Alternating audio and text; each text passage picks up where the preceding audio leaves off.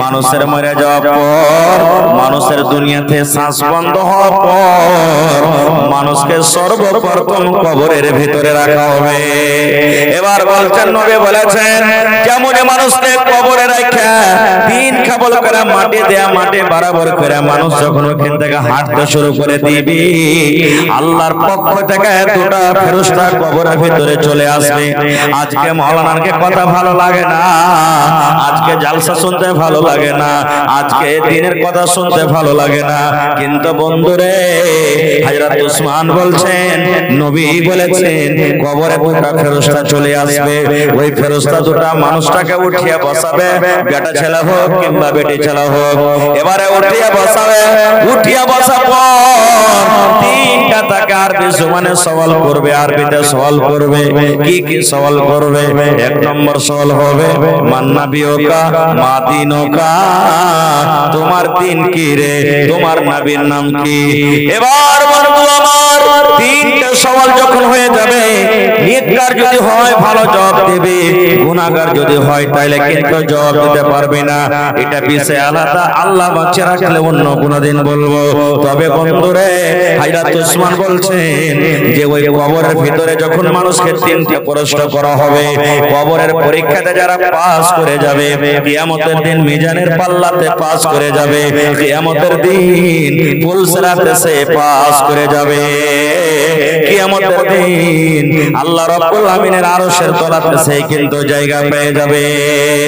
আর যারা কবরে পাস করতে পারবে না, তারা কিন্তু মিজানের পাল্লাতে পাস করতে পারবে না, তারা কিন্তু পুলসিরাত পার করতে পারবে না। এই জন্য হযরত উসমান বলছেন, নবী দুআ শিখিয়ে দিয়েছেন, আল্লাহুম্মা ইন্নী আউযু বিকা মিন আযাবিল কবরে, আল্লাহুম্মা ইন্নী আউযু বিকা মিন আযাবিল কবরে, আল্লাহুম্মা ইন্নী আউযু বিকা মিন আযাবিল কবরে। কখন দোয়া পড়বেন? নামাজে আমরা দোয়াটা পড়ি, রাস্তাতে হেঁটে চলে যান দোয়াটা পড়বেন, মোটরসাইকেল চালিয়ে চলে গেছেন পড়বেন, আপনি ঘাস কাটতে চলে গেছেন পড়বেন, আপনি মায়েরা খালারা ভাত রান্না করছে পড়বে, বাড়ি ঘর ছেড়ে দিয়েছে পড়বে। যদি বলেন মাওলানা এত জায়গাতে দোয়া পড়িতে পারবো না, তাহলে দুটা টাইমে কমসে কম পড়বেন বন্ধুরে। দুটা টাইমে যদি দোয়াটা পড়েন, একটা হলো মাগরিবের নামাজ পড়ে 3 বার, আর একটা হলো ফজরের নামাজ পড়ে 3 বার। যদি মাগরিবের নামাজ পড়ে দোয়াটাকে 3 বার পড়িতে পারেন, আল্লাহুম্মা ইন্নী আউযু বিকা মিন আযাবিল কবরে, আল্লাহুম্মা ইন্নী আউযু বিকা মিন আযাবিল কবরে, আল্লাহুম্মা ইন্নী আউযু বিকা মিন আযাবিল কবরে। ঠিক ফজরের নামাজ পড়ে যদি দোয়াটাকে 3 বার পড়ে দেন, আল্লাহর নবী বলেছেন কবর আল্লাহকে বলবে, রব্বুল আলামিন ওই রাজা বাড়ি গ্রামে, ঘোগা গ্রামে, ফকির তাকিয়া গ্রামে, অমুক গ্রামের লোক আল্লাহ আমার কাছে দোয়া করেছে, আল্লাহ তোমার দরবারে দোয়া করেছে, এই আল্লাহ আমি যেদিন মরে যাব আমাকে লোকজন যখন কবরে রেখে আসবে, আল্লাহ তুমি কবরে রাজা থেকে তুমি আমাকে বাঁচিয়ে লিও, আল্লাহ কবরের শাস্তি থেকে আল্লাহ বাঁচিয়ে লিও, আল্লাহ কবর আযাব থেকে তুমি বাঁচিয়ে লিও। আল্লাহ রাসূল বলেছেন কবর বলবে, রব্বুল আমিন যখন তোমার ওই বান্দা কিংবা বান্দি মরে যায় আমার বুকের ভিতরে আসবে, আল্লাহ দয়া করে তুমি তাকে কিন্তু আযাব দিও না। কবর বলবে, কবর সুপারিশ করবে। ওরে সুবহানাল্লাহ। হযরত উসমান বলছেন, হে আল্লাহর নবীর সাহাবীরা, নবী বলেছেন যারা কবরে পাস করে যাবে সব জায়গাতে পাস করে যাবে, আর যারা কবরে ফেল করে যাবে তারা কোন জায়গাতে কিন্তু পাস করতে পারবে না। এই জন্য আমি কাঁদছি। আমরা কয়টা কাঁদছি ভাই? কয়টা লোক আমরা কাঁদছি? সুবহানাল্লাহ। আরেকটু আগে চলে, আজকে আমি যখন স্টেজে বসলাম আপনাকে সালাম দিয়েছিলেন তিনি, জোরে বলেন সালাম দিয়েছিলেন তিনি, দিয়েছি। নবী বলেছেন যখন তুমি কবরস্থানে যাইবা কিংবা কবরস্থানের পাঞ্জর দিয়ে হাঁটে যাইবা, ওখানে তোমার মা শুতে আছে রে, ওখানে তোমার আব্বা শুতে আছে, ওখানে তোমার ভাই শুতে আছে, তোমার এলাকার গ্রামের কত লোক শুতে আছে, কিংবা অন্য কোন কবরস্থান মুসলমানের তুমি জানছো এটা মুসলমানের কবরস্থান, তুমি হাঁটে যাচ্ছ, নবী বলেছেন ওই কবরস্থানে তুমি প্রথমে সালাম করো, সালাম দাও রে, সালাম দাও। কারণ তুমি সালাম দিবে, ওরা সালাম শুনতে পাবে, তোমাকে জবাব দিবে, কিন্তু ওদের জবাব তোমার কানে আসবে না। কিন্তু তুমি সালাম দিবে, ওরা কিন্তু তোমার সালাম শুনতে পাবে। কয়টা লোক সালাম দিয়েছি? কেমন করে সালাম দেয়? আসসালামু আলাইকুম ওয়া রাহমাতুল্লাহ নাকি? না, জিন্দা মানুষকে সালাম দেওয়া আলাদা, আর যারা কবরে শুয়ে আছে ওরকে সালাম হলো আলাদা। কি সালাম দিবেন? মায়ে লোক হোক, মদ লোক হোক, সবাইকে একই সালাম দিতে হবে। আসসালামু আলাইকুম আহলা দিয়ার মিনাল মুমিনিনা ওয়াল মুসলিমিন ওয়া ইন্না ইনশাআল্লাহু বিকুম লালাহিকুন নাসআলুল্লাহ লানা ওয়া লাকুমুল আফিয়া। এটা হলো সালাম। আসসালামু আলাইকুম আহলা দিয়ার মিনাল মুমিনিনা ওয়াল মুসলিমিন ওয়া ইন্না ইনশাআল্লাহু বিকুম লালাহিকুন নাসআলুল্লাহ লানা ওয়া লাকুমুল আফিয়া। এটা সালাম শিখে নেবেন। মাটি দিতে চলে গেলেন, মোটরসাইকেল নিয়ে চলে যাচ্ছেন কবরস্থানের পাঞ্জর দিয়ে, কিংবা হাঁটে চলে যাচ্ছেন, আপনাকে সালামটা দিতে হবে। সালামটা দেবেন, আপনিও নেকি পাবেন, কবরে যারা আছে ওরাও ভালাই পাবে আল্লাহর কাছে। এই সালামটা দিতে হবে। কিন্তু আমরা তো জানি না, বেশিরভাগ মানুষ আমরা জানি না। ভাইরে, আখিরাত কি জিনিস, পুলসিরাত কি জিনিস, সুবহানাল্লাহ, কিয়ামত কি জিনিস, একটা হাদিস আপনাদের সামনে আর বলে দিই। আল্লাহর নবীর স্ত্রী মা আয়েশা রাদিয়াল্লাহু তাআলা আনহা একদিন নবী নাই কোথায় গেছেন, বাড়িতে বসে বসে কাঁদছেন, কান্দা কান্দা কান্দা চোখ কিন্তু তার লাল হয়ে গেছে। আপনি বলেন, আপনার স্ত্রীকে বাড়িতে ভালো রেখে এসেছেন, আর যখন আপনি বাড়িতে যাবেন দেখছেন আপনার স্ত্রীটা কাঁদছে, তো আপনি জিজ্ঞাসা করবেন না যে কি হয়েছে, কি তোমার কাঁদছো কেন? বলবেন না? বলবেন না? তো মা আয়েশা বাড়িতে কাঁদছেন, কান্দা কান্দা চোখ লাল হয়ে গেছে। নবী আমার কোন দিক থেকে এসেছে, আসার পর দেখছে আমার বিবির চোখে পানি, আমার আয়েশার চোখে পানি। এবার নবীজি তখন বিবিকে বলছেন, মা ইউবকিকে, হে আমার বিবি আয়েশা, কে তোমাকে কাঁদালো? কেন তুমি কান্দো বিবি রে? কান্দর কারণটা কি? তোমার চোখে পানি কেন? তোমার পেটে কি ক্ষুধা লেগেছে? তোমাকে কি ভোগ লেগেছে যে তুমি কান্দো? তোমাকে কি কোনো লোক গালি দিয়েছে যার কারণে তুমি কান্দো? এই আমার মায়েরা, খালারা, ভাইরা শুনেন।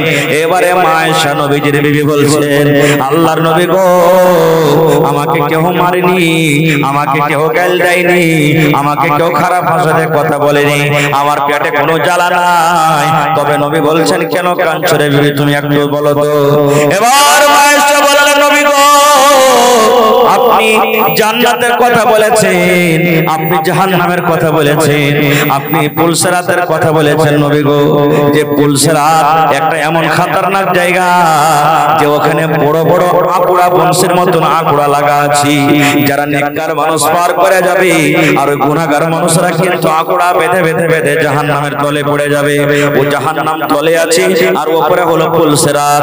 মানুষ যারা পুলসিরাত পার করতে পারবে না, ওরা জাহান্নামের ভিতরে চলে যাবে। আল্লাহ রাব্বুল আলামিন কিয়ামতের দিন মিজানের পাল্লা কায়েম করবেন। আল্লাহর দরবারে কিন্তু ঘুষ চলবে না, আল্লাহর দরবারে কোনো সাহায্য চলবে না। আল্লাহর নবী গো, ওই কিয়ামতের দিন একটা নেকি গালা কেউ ধার দিবে না গো নবীজি। তাই আমার ওই কিয়ামতের দিনটাকে মনে পড়ে গেছি, আমার ওই জাহান্নামটাকে বলে মনে পড়ে গেছি, আমার ওই পুলসিরাতটাকে মনে পড়ে গেছি। আমি ওই পুলসিরাত, ওই কিয়ামত, ওই জাহান্নামকে মনে করে করে করে করে আমি কান্দি। হায়রে আল্লাহ, কেমন করে বাঁচবো? আল্লাহ, কেমন করে পুলসিরাত পার হব? আল্লাহ, আমার নেকির পাল্লা ভারী হবে কি গুনার পাল্লা ভারী হবে? আল্লাহ, কিয়ামতের দিন মাথার উপরে সূর্য থাকবে, আল্লাহ গরমে কেমন করে সেই দিন আমরা কাটবো? আল্লাহ নবী গো, একটা কথা বলেন তো দয়া করে গো নবীজি, আপনি আমার চোখে পানি দেখলেন, আপনাকে মায়া লেগে গেল, আপনার দিলখান ফেটে গেল। আল্লাহর নবী গো, আমি আপনার বিবি, আমার চোখে পানি দেখে আপনাকে মায়া লেগে গেল, দয়া লেগে গেল গো নবীজি। যদি আমি আপনার বিবি আয়েশা যদি পুলসিরাত পার করতে না পারি, আমি যদি কিয়ামতের দিন কোনো মুসিবতে পড়ে যাই, যদি কোনো বিপদে পড়ে যাই গো নবীজি, সেই দিন আপনি আমাকে উদ্ধার করতে পারবেন কি পারবেন না? এই আমার রাজাবাড়ি গ্রামের মায়েরা, খালারা, ভালো করে শুনেন বন্ধুরে, আজকে যদি আপনি মুসিবতে পড়ে যান, ভাইয়ের কাছে 10,000 টাকা পেয়ে নেবেন, 10,000 ধার দিয়ে দিবে। বন্ধুর কাছে 10,000 টাকা পেয়ে নেবেন, 50,000 টাকার দরকার আছে, 50,000 আপনাকে ধার দিয়ে দিবে।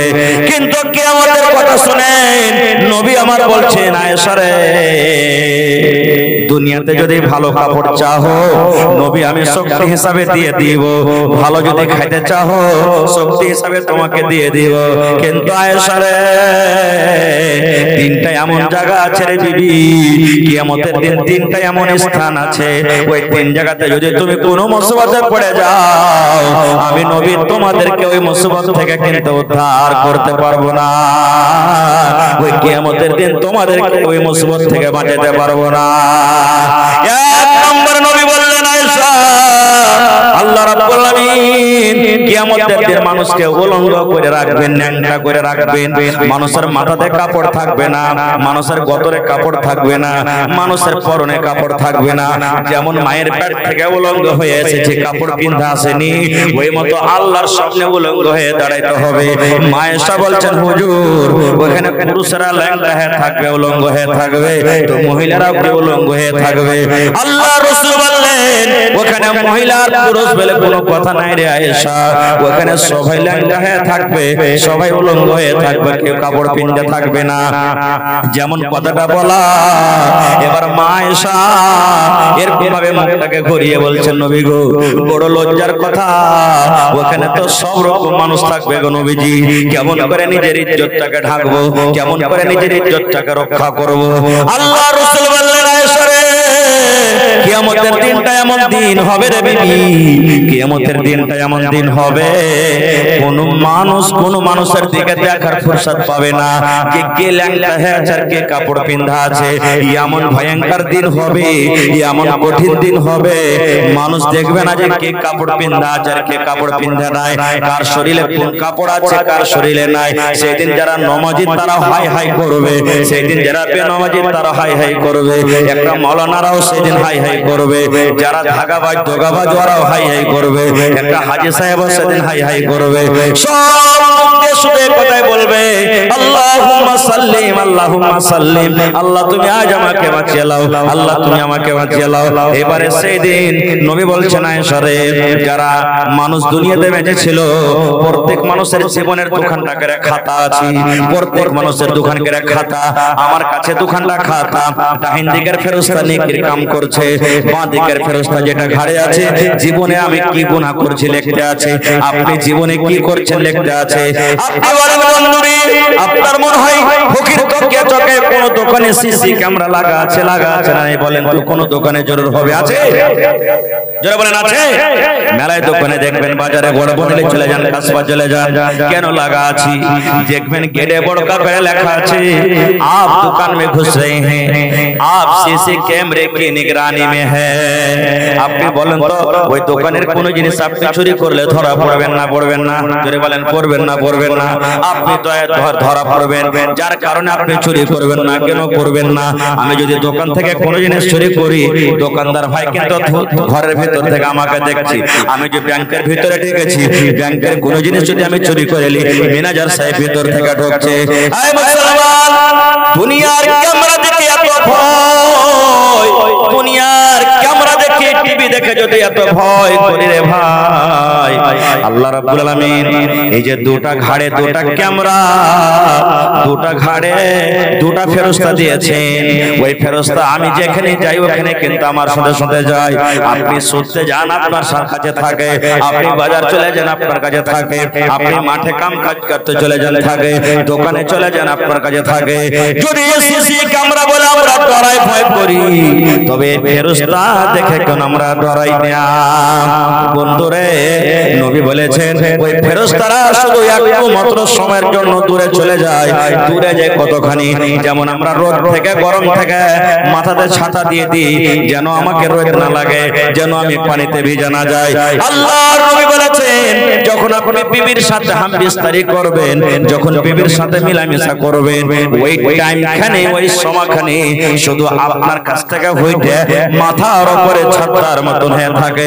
তাছাড়া ওই ফেরেশতা বাকি হালাতে সব সময় আপনার কাছে কিন্তু থাকে।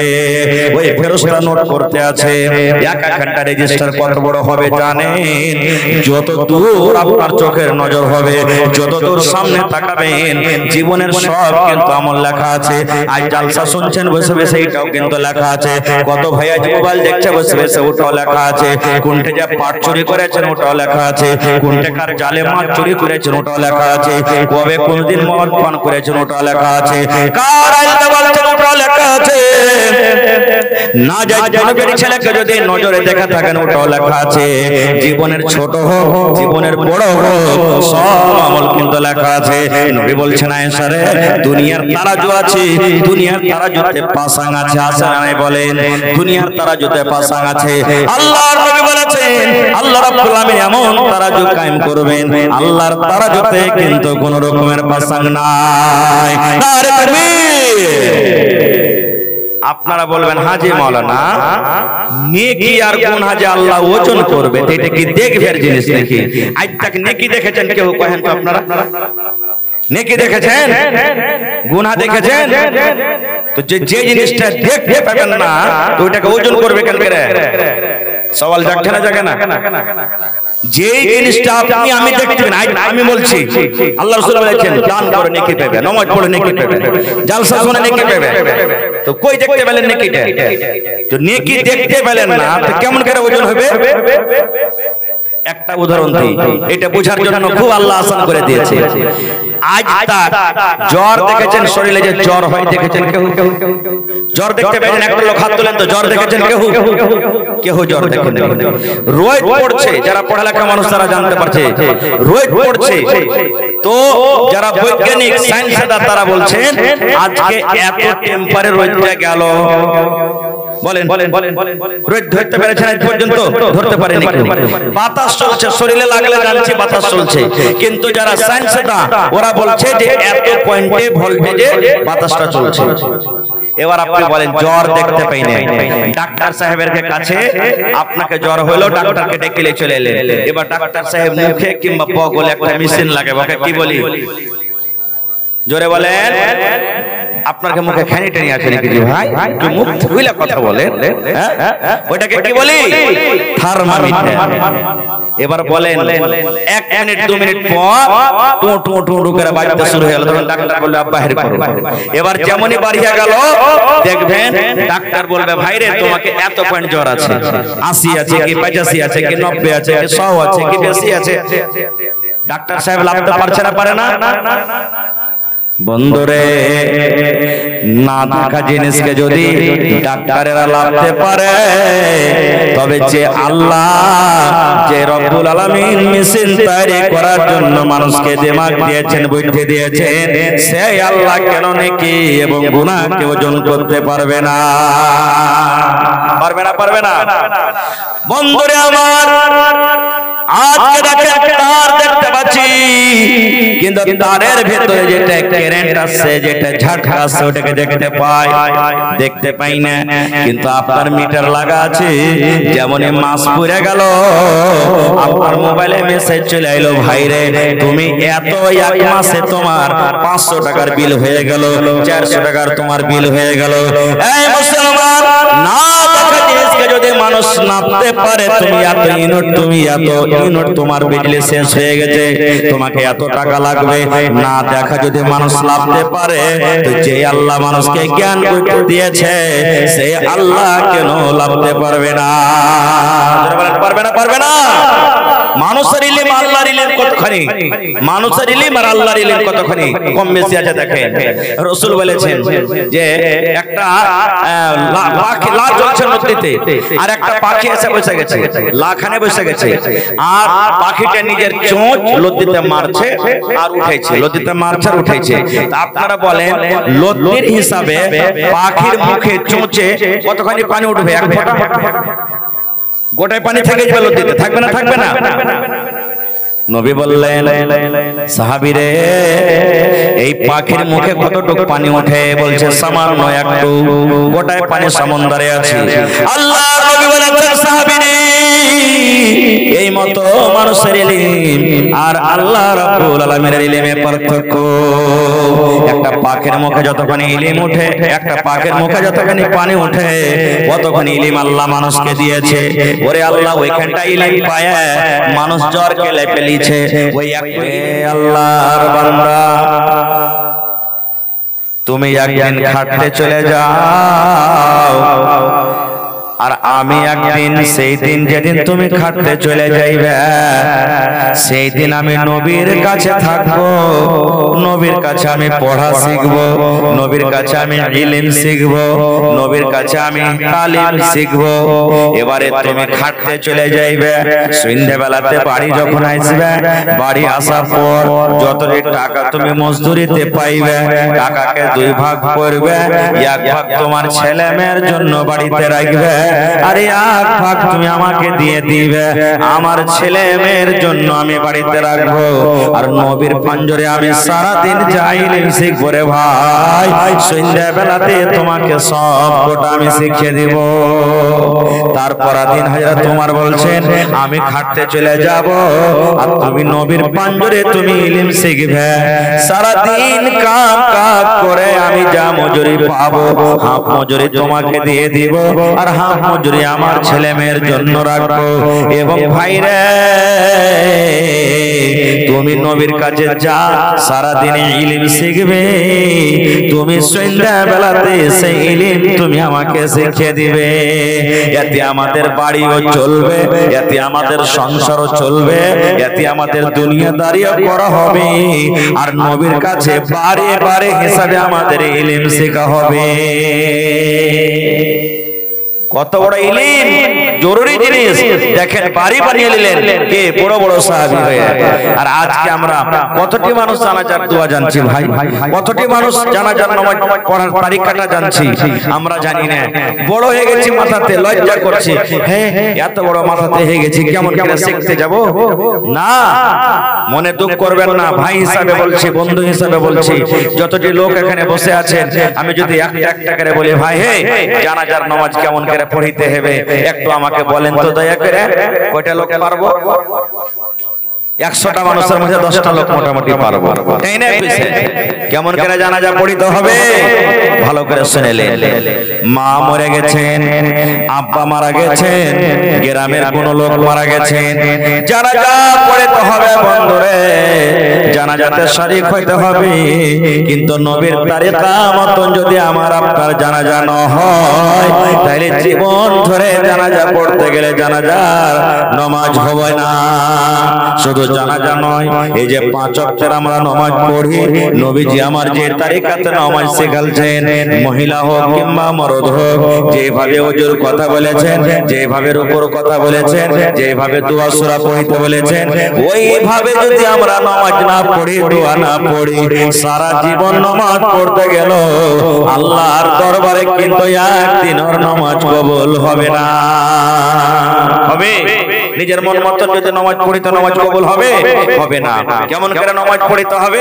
জানাজার নামাজটা শিখালেন, জীবনে কাজে দেবে ভাই। জানাজার নামাজ কিভাবে পড়িতে হবে শিখালেন। আল্লাহ রাসূল বলেছেন, যখন তোমার কানে প্রথমে খবর চলে আসবে, তুমি যখন শুনতে পাবে অমুক গ্রামের অমুক মানুষ মারা গেছে, তখন সেই দোয়াটা তুমি পড়বে, ইন্না লিল্লাহি ওয়া ইন্না ইলাইহি রাজিউন। মাইয়াতের খবর কানে শুনলেন, এই দোয়াটা পড়বেন। এবারে জানাজার নামাজ পড়িতে হবে, টাইম জানছেন আপনি, এই টাইমটাতে আমাকে জানাজার নামাজ পড়িতে যেতে হবে। একবার ওযু করতে হবে, ওযু করতে হবে নবীর তারিকা মতন ওযু করতে হবে। কিভাবে ওযু করতে হবে আল্লাহ হায়াত রাখলে অন্যদিন বলবো বন্ধুরা, আজকে বলবো না, সময় কম। তবে ওযু করে নিলেন, আর ওযু করার পর জানাজার নামাজের জন্য আপনি দাঁড়িয়ে গেলেন। সুবহানাল্লাহ। জানাজা কেন পড়িতে যাই? মাইয়াতকে উদ্ধার করতে যাই আমরা। কাকে উদ্ধার করতে যাই? মাইয়াতকে উদ্ধার করতে যাই। মাইয়াতকে কি উদ্ধার করি? আল্লাহরে আব্দুল্লাহ মরে গেছে, আব্দুর রহমান মরে গেছে, খালেদা জায়েদা মরে গেছে, তাকে আমরা দফন করব, তার জানাজা পড়বো আমরা। ওরে সুবহানাল্লাহ। কত মানুষ বলে বন্ধুরে, মাওলানারা দোয়া উঠিয়ে দিয়েছে, জানাজার নামাজ আইনে আইনে লাগছে, জানাজার নামাজ পড়িতে আইনে আইনে লাগছে। ভাই রে, আমি শর্টে কথা বলছি, জানাজাতে আমরা কি দোয়া পড়ি তার আগে একটা হাদিসে বলে দিই বন্ধুরে, আজকে আমরা জানাজার নামাজ কিন্তু পড়িতে যেতে চাই না। যেই খানদানের মানুষ ওই খানদানের লোক যাইবে, যেই পঞ্চায়েতের মানুষ ওই পঞ্চায়েতের মানুষ আগে আগে যাইবে, যে কুটুম মরেছে ওই কুটুমের রিশতেদার যাবে। আমরা কিন্তু জানাজার নামাজে আহমিয়ত দিই না। আল্লাহর নবী বলেছেন একটা মুসলমান আর একটা মুসলমানের পরে হক রয়েছে যে যখন লোকটা মরবে তার জানাজাতে তোমরা শরীক হয়ে যাও। আল্লাহর নবী বলেছেন একটা লোককে যখন আপনি মাটি দিলেন, একটা লোককে আপনি জানাজা পড়লেন, নবী বলেছেন জানাজা পড়লেন এবং মাটি দিলেন, দুই কিরাত আপনার রেজিস্টারে নেকি তোলা হলো। কয় কিরাত? দু কিরাত নেকি, দু কিরাত।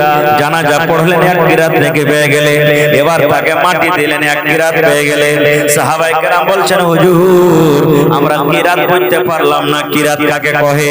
আপনি বললেন জানাজা পড়তে গেলে এক কিরাত নেকি পাওয়া যাবে, আপনি বললেন যে মাটি দিতে গেলে এক কিরাত নেকি পাওয়া যাবে, তাহলে কিরাত কাকে বলে? নবী গো আমরা এটা কিন্তু বুঝতে পারলাম না, দয়া করে আমাদেরকে বুঝিয়ে দেন কিরাত কাকে বলে।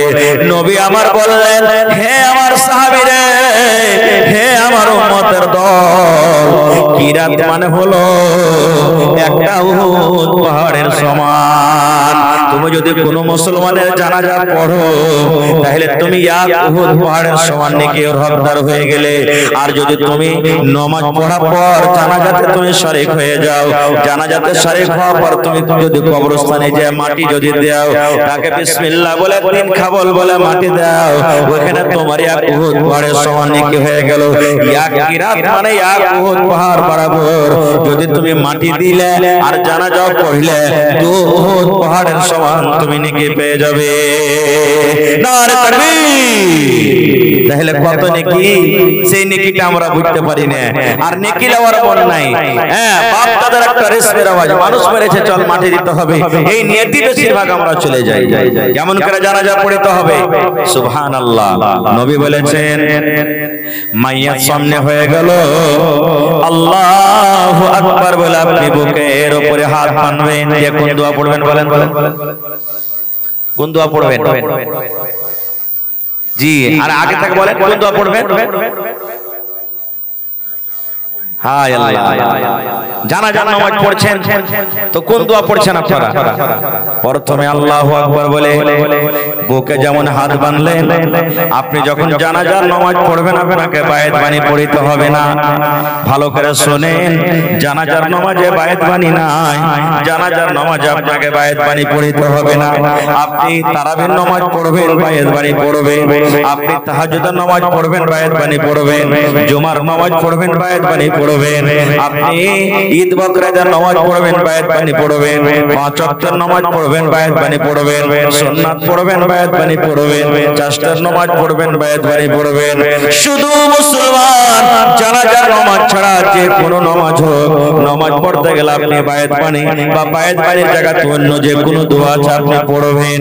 কিন্তু মুসলমান আপনি আল্লাহু আকবার বলে যেমন হাত বাঁধলেন বুকে, আউযু বিল্লাহি মিনাশ শাইতানির রাজিম, বিসমিল্লাহির রহমানির রহিম পড়ে সূরাতুল ফাতিহা আপনাকে তেলাওয়াত করতে হবে।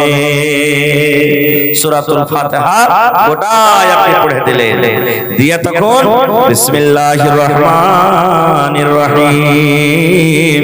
এবারে এই সূরাটা পড়ার পর আবার কিন্তু একটা আপনাকে সূরা পড়তে হবে, চাহে সূরা ইখলাস পড়েন, সূরা কাউসার পড়েন, সূরা 3 পড়েন, সূরা নাসর পড়েন, যে কোনো একটা আপনি সূরা জোড়া লাগিয়ে দিলেন। জোড়া লাগিয়ে দেওয়ার পর আবার 2 নম্বরে আল্লাহু আকবার বলে আপনি আবার বুকে হাত বাঁধবেন। আর 2 নম্বর তাকবীর পড়ার পর আপনাকে দুরূদ শরীফ পড়তে হবে। আল্লাহুম্মা সাল্লি আলা মুহাম্মাদিন ওয়া আলা আলি মুহাম্মাদ কামা সাল্লাইতা আলা ইব্রাহিম ওয়া আলা আলি ইব্রাহিম ইন্নাকা হামিদুম মাজিদ। আল্লাহুম্মা বারিক আলা মুহাম্মাদ ওয়া আলা আলি মুহাম্মাদ কামা বারাকতা আলা ইব্রাহিম ওয়া আলা আলি ইব্রাহিম ইন্নাকা হামিদুম মাজিদ। খুব দামি কথা বলছে ভাই, জীবনে যদি খালি একটা ধ্যান দিয়ে শুনেন মরা পর্যন্ত আপনার কাজে দিবে। দুই তাকবীর হয়ে গেল। এবার নবী বলেছেন তুমি আল্লাহু আকবার বলে 3 নম্বরে তুমি তাকবীর পড়ো। 3 নম্বর তাকবীর পড়ার পর এই জায়গাতে আমাকে জানাজার দোয়া কিন্তু পড়তে হবে। জানাজার দোয়া যেটা মাশহুর দোয়া আমরা পড়ি, আল্লাহুম্মা গফির লি হাইয়িনা ওয়া মাইয়িতিনা ওয়া শাহিদিনা ওয়া গায়বিনা ওয়া সাগীরিনা ওয়া কাবীরিনা ওয়া যাকারিনা ওয়া উনসানা। আল্লাহুম্মা মান আহইয়াইতাহু মিন্না ফাআহইহি আলাল ইসলাম ওয়া মান তাওয়াফাইতাহু মিন্না ফাতাওয়াফাহু আলাল ঈমান। আল্লাহুম্মা লা তাহরিমনা আজরাহু ওয়া লা তাফতিননা বাদা। এটা পড়বেন। এটা আরবিতে আছে না হিন্দিতে না ইংলিশে বলেন তো? এই দোয়াটা কি কোন ভাষাতে আছে ভাই? আরবি ভাষাতে। এবার বলেন কি দোয়া পড়ছি? যেমনই আপনি শুরু করে দিলেন আল্লাহুম্মা গফির, আপনি আল্লাহকে আরবি জবানে আরবি ভাষাতে বলছেন আল্লাহুম্মা, আয় আল্লাহ তুমি মাফ করে দাও। আল্লাহুম্মা গফির, আল্লাহ তুমি মাফ করে দাও। আল্লাহর কাছে দোয়া করছি মাবুদ রে, আজ জানাজার নামাজে খাড়া হয়েছি রব্বুল আলামিন, আল্লাহ তুমি মাফ করে দাও। কাকে মাফ করো? লি হাইয়িনা, আল্লাহ যত মানুষ জিন্দা আছে আল্লাহ সবকে তুমি মাফ করে দাও। ওয়া মাইয়িতিনা, আল্লাহ যত লোক মরে গেছে, মা মরেছে, বাপ মরেছে, দাদা মরেছে, নানি মরেছে, গ্রামের অমুক মরেছে, অমুক করেছে, আল্লাহ সমস্ত মাইয়াতকে তুমি মাফ করে দাও। লি হাইয়িনা ওয়া মাইয়িতিনা ওয়া সাগীরিনা, আল্লাহ যত ছোট আছে, ছোট ছোট জিনিস, ছোট ছোট মানুষরা মারা গেছে, আল্লাহ ওয়াকে মাফ করে দাও। ওয়া কাবীরিনা, এবং যত বড় মানুষ আছে আল্লাহ তুমি তারাকে মাফ করে দাও। ওয়া যাকারিনা, আল্লাহ যত বেটা ছেলে আছে, পুরুষ আছে, ওরাকে মাফ করে দাও। ওয়া উনসানা, আল্লাহ যত বেটে ছেলে মেয়ে লোক আছে আল্লাহ ওরাকে তুমি মাফ করে দাও। কত দোয়া পড়ানো, কতটি সুবহানাল্লাহ। তাহলে 3 নম্বর তাকবীর আপনি কি পড়লেন? জানাজার দোয়া। 4 নম্বরে এইবারে পরে খাওয়ায় শাহজামাল, জালসা শেষে খাওয়ায় বসে। এবার 4 নম্বরে নবী বলেছেন তুমি আল্লাহু আকবার বলে তুমি আবার তাকবীর পড়বে, আর পড়ার পর ডাহিন থেকে তুমি আসসালামু আলাইকুম ওয়া রাহমাতুল্লাহ এবং বাম থেকে তুমি আসসালামু আলাইকুম ওয়া রাহমাতুল্লাহ বলে সালাম ফিরে দাও। এটা হলো জানাজার নামাজ পড়ার তরিকা, এটা হলো জানাজা নামাজ পড়ার তরিকা। এই তরিকাতে যারা জানাজার নামাজ পড়বে নবী বলেছেন তার জানাজার হলো রে।